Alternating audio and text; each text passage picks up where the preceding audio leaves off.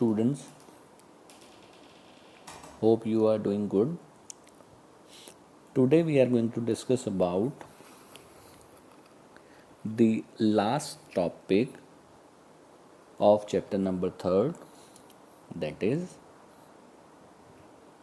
LPG policy, or we can say New Economic Policy 1991, liberalization, privatization and globalization. These three words are not new to you. In the junior classes, or specifically in 11th class और in 10th class, generally हम इन तीन words को सुनते हैं: liberalisation, privatisation and globalisation. Basically new economic policy 1991 के अंदर there are 3 major components और elements of new economic policy, जिसको हमने 3 एलिमेंट्स के अंदर समझने की कोशिश की. और वो 3 एलिमेंट्स हैं हमारे पास में: लिबरलाइज करना, प्राइवेटाइज करना और ग्लोबलाइज करना. 1991 से पहले इंडिया के अंदर बिजनेस करना इतना इजी नहीं था, क्योंकि इंडिया के अंदर इंडस्ट्रीज की होल्डिंग्स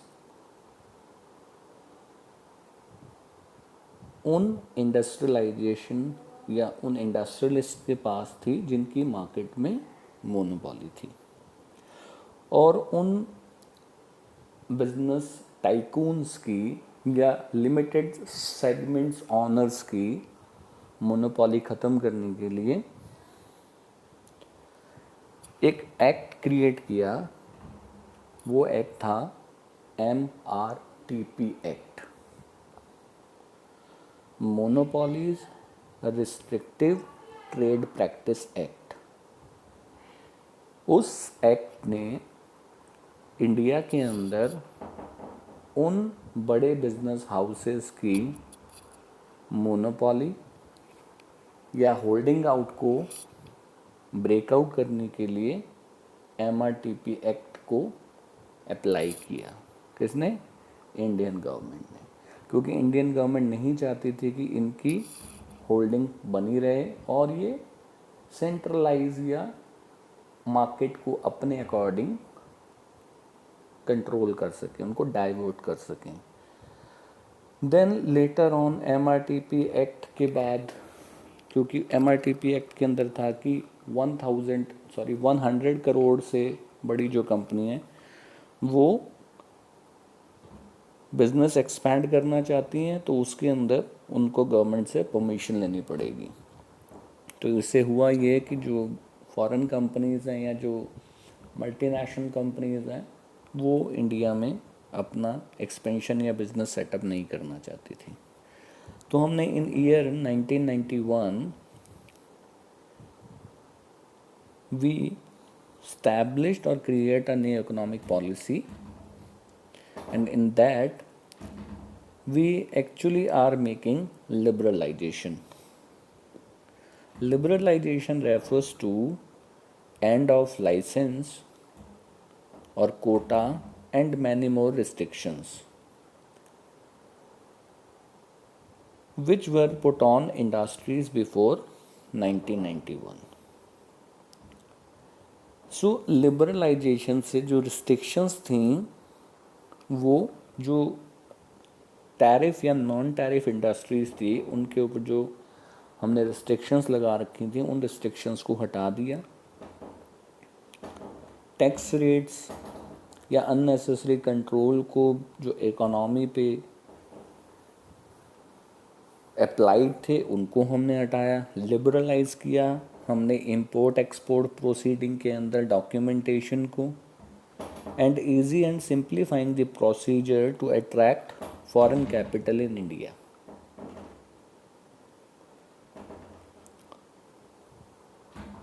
सो अगर हम थोड़ा सा डिटेलिंग में बात करें तो उसको समझने के लिए हमें थोड़ा सा डेप्थ में जाना पड़ेगा। Look at the next screen. New economic policy के अंदर we had actually 3 branches. These 3 branches are liberalization, privatization and globalization, as I told you that. When we are moving to the next screen, these are the actually key features or the values of liberalization. ये मैं आपको already बता चुका हूँ। Import export करना easy हो गया, freedom to import technology easy हो गया, एमआरटीपी रिलैक्सेशन मिला, मतलब 100 करोड़ से ऊपर वाली जो कंपनीज हैं वो भी इंडिया में अपना बिजनेस सेटअप या इंडियन कंपनीज अपने बिजनेस को एक्सपैंड कर सकती हैं। और कहीं ना कहीं यहाँ से हमें हिंट मिला प्राइवेटाइजेशन का। तो बेसिकली लिबरलाइजेशन ने हमारी इकोनॉमिकल डेवलपमेंट में एक पावर बूस्टर का काम किया, क्योंकि नो रिस्ट्रिक्शंस ऑन एक्सपेंशन और any kind of a pressure और imposed law of business activity, right. तो यहाँ पर काफ़ी सारे ऐसे इंडस्ट्रियलिस्ट थे जो बिजनेस इस्टेब्लिशमेंट के लिए फ्रंट फुट पर आए। और मैंने बोला जैसे लास्ट यहाँ पर पॉइंट दिया है प्राइवेटाइजेशन ऑफ पब्लिक सेक्टर। तो जो अंडर परफॉर्मर थे, शायद if you remember that in 11th class हमने एक वर्ड यूज़ किया था that is called disinvestment, right. तो डिस इन्वेस्टमेंट के अंदर हमने उन पुअर पब्लिक सेक्टर यूनिट्स को, पीएसयू को फाइंड आउट किया और गवर्नमेंट ने उनसे पैसा वापस लेना शुरू कर दिया, मतलब इन्वेस्टमेंट उन्होंने वापस रोल बैक करना शुरू कर दिया। क्योंकि एमआरटीपी एक्ट जो था वो मोनोपोली को ब्रेकआउट करना चाहता था।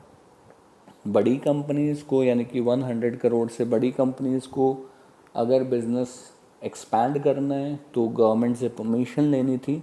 तो लिबरलाइजेशन ने उसको रिलैक्स कर दिया और वो सारी पब्लिक सेक्टर एंटरप्राइजेज जिसके अंदर गवर्नमेंट ने इन्वेस्टमेंट कर रखा था, वो इन्वेस्टमेंट भी गवर्नमेंट ने वापस मांगना शुरू कर दिया। तो डिसइन्वेस्टमेंट शुरू हुआ। तो लिबरलाइजेशन के बाद में ये हमारा की वैल्यू आना शुरू हुआ, दैट इज़ प्राइवेटाइजेशन। तो प्राइवेटाइजेशन के अंदर यहाँ पर हमने प्राइवेट सेक्टर को ग्रेटर रोल ऑफर किया कि आप पब्लिक सेक्टर के अंदर इनवाइटेड हो और आप अगर इंडस्ट्रियल सेटअप करना चाहते हो तो आप कर सकते हो। तो यहाँ पर क्या हुआ, transfer of public sector enterprises to private sector. एक हमने बोर्ड इस्टेब्लिश किया, अगर आपको ये नाम याद आता है, board of industrial and financial reconstruction. This board was set up to revive और close 6 units in public sector enterprises suffering loss. तो अब पब्लिक सेक्टर एंटरप्राइजेस को बंद करना भी हमारा प्रॉब्लम्स को सॉल्व नहीं कर सकता था, क्योंकि उन प्रोडक्ट्स की क्रिएशन या उनकी डिमांड मार्केट में थी और उनको अवेलेबल करवाना हमारा सोशल ऑब्जेक्टिव था। तो प्राइवेट कंपनीज़ को ये ऑफ़र किया गया, लेकिन प्राइवेट कंपनीज़ को ऑफ़र करने के लिए हमें यहाँ पर पेपर फॉर्मेलिटीज़ या डॉक्यूमेंटेशन या लाइसेंसिंग प्रोबेबिलिटीज़ और प्रोसीडिंग को थोड़ा कम करना था। तो वहाँ पर हमने उसको लिबरलाइज करना शुरू किया, राइट। तो गवर्नमेंट ने डाइल्यूशन करना शुरू किया पीएसयू का और प्राइवेटाइजेशन इनिशिएट हुआ। प्राइवेटाइजेशन से उनके कुछ ऑब्जेक्टिव्स थे जो गवर्नमेंट ने फुलफ़िल किए। To increase efficiency and competitive power of the enterprises. तो कंपटीशन हमेशा हमारे लिए यानी कि कंज्यूमर्स के लिए बेनिफिट्स क्रिएट करता है।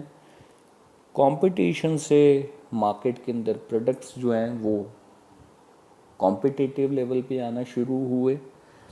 इंडस्ट्रियल मैनेजमेंट को यानी कि इकोनॉमिकल रिफॉर्मेशन को स्ट्रेंथन मिली, पावर बढ़ गई। फॉरेन करेंसीज या फॉरेन करेंसी या फॉरेन डेवलपमेंट इन्वेस्टमेंट या फॉरेन डायरेक्ट इन्वेस्टमेंट हमारे पास में आना शुरू किए।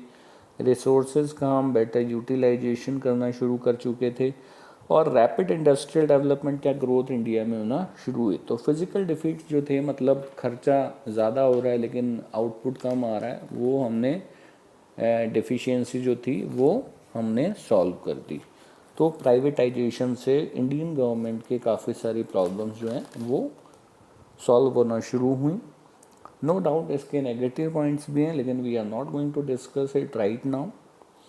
Then moving to the next one, that is called the key feature of the LPG policy called globalization. So globalization is the integration of various economies of world, right? तो world level की जब बात करते हैं तो हर country की economic state अलग अलग होती है and the integration of these kind of a mixture, जहाँ पर एक कंट्री या एक नेशन का पैसा दूसरे नेशन के अंदर इन्वेस्ट हो रहा है, वो दोनों के लिए ही बेनिफिट्स या यूटिलिटी क्रिएट करता है। Till 1991 Indian government was following strict policy in regard to import and foreign investment, क्योंकि इंडिया पहले ही ऐसी प्रॉब्लम्स से यहाँ पर बेसिकली वो प्रॉब्लम्स फेस कर रहा था और इकोनॉमिकल ग्रोथ ज़्यादा अच्छी नहीं थी। तो ग्लोबलाइजेशन आने से या 1991 पॉलिसी के अंदर हमने जो इंपोर्ट या export tariff plans, documentation restrictions को हटा दिया, तो वहाँ से बाहर वाली कंपनीज इंडिया में इन्वेस्टमेंट को रेडी हुई। तो हमने ग्लोबलाइजेशन करने के लिए इंपोर्ट लिबरलाइज किया। हमने यानी कि इंडियन गवर्नमेंट ने एक्सपोर्ट ड्यूटीज़ में रिडक्शंस किए, इंपोर्ट ड्यूटीज़ में रिडक्शंस किए। As a result of globalisation physical boundaries and political boundaries, वो बाउंड्रीज या वो बैरियर जो थे बिजनेस एंटरप्राइजेस के लिए, वो मिनिमाइज हो गए या बिल्कुल ख़त्म हो गए। तो यहाँ पर जो पूरी दुनिया थी वो एक ग्लोबल विलेज की तरह काम करना शुरू हुई एंड ग्लोबल इकोनॉमी का कॉन्सेप्ट जो है वो ग्लोबलाइजेशन के बाद में आना शुरू हुआ। अब अगर आप बात करते हो ग्लोबलाइजेशन से बेसिकली कुछ और अगर आपको यहाँ पर वर्ड सुनने को मिले लाइक जैसे impact of changes in economic policy on the business और effect of liberalisation and globalisation, मतलब और क्या इम्पैक्ट्स हुए उसके, तो उसके लिए ये एक स्लाइड है जो आपको देखनी है। लाइक गवर्नमेंट पॉलिसीज़ में चेंजेस होने से सबसे पहला जो हमने जूनियर क्लासेस में पढ़ा कि कंपटीशन इंक्रीज़ हुआ, क्योंकि मल्टीनेशनल कंपनीज आना शुरू हुई, लोकल डोमेस्टिक कंपनीज भी उनके साथ में कॉम्पीट करना शुरू किया, तो कंपटीशन तो डेफिनेटली इंक्रीज़ होना ही था। बेसिकली इसमें बेनिफिट कैसा हुआ, मोर डिमांडिंग कस्टमर्स और कंज्यूमर्स, अच्छे प्रोडक्ट्स मिलना शुरू हुए, ज़्यादा क्वालिटी कॉन्शियस हो गए, लिविंग स्टैंडर्ड थोड़ा सा हाई अप हुआ। तो यहाँ पर मार्केट कस्टमर ओरिएंटेड हो गया, क्योंकि कस्टमर या कंज्यूमर जिन प्रोडक्ट्स की डिमांड करता था उनका स्टैंडर्ड हाई अप हो गया था, तो वो ज़्यादा स्टैंडर्ड वाले प्रोडक्ट्स को बेसिकली परचेज़ करने लग गया। तो ये सब इस डिमांड को ध्यान में रखकर गवर्नमेंट ने जो पॉलिसीज़ मेकआउट की वो ग्लोबलाइजेशन की तरफ लेकर गई। टेक्नोलॉजिकल एनवायरनमेंट में भी चेंजेस हुए इन लिबरलाइज और ग्लोबलाइजेशन पॉलिसीज़ की वजह से, और नो डाउट ये नेसेसिटी थी फॉर किसकी, चेंज की। क्योंकि मार्केट में या इकोनॉमी में चेंज होना तो होना ही था, क्योंकि 1991 के बाद में जो पॉलिसी चेंज हुई तो बिजनेस एंटरप्राइजेस को अपने आप को मॉडिफाई करना पड़ा, उनकी policies operations time to time change होते गए, तो उनका ऑर्गेनाइजेशन स्ट्रक्चर चेंज होता गया, उनकी पॉलिसी स्ट्रैटेजीज चेंज होती गई, टेक्नोलॉजी चेंज हुई, उनकी प्रोसीडिंग चेंज हुई, और need for developing human resources, better man power की ज़रूरत पड़ी, उनको ट्रेनिंग या डेवलपमेंट देना शुरू किया, तो ये भी इम्पैक्ट था। मार्केट ओरिएंटेशन चेंज हुआ। मार्केट ओरिएंटेशन का मतलब, हम मार्केट ओरिएंटेशन की जब बात करते हैं तो उसका मतलब होता है कि हम जो प्रोडक्ट प्रोड्यूस करने वाले हैं वो किन के लिए प्रोड्यूस कर रहे हैं।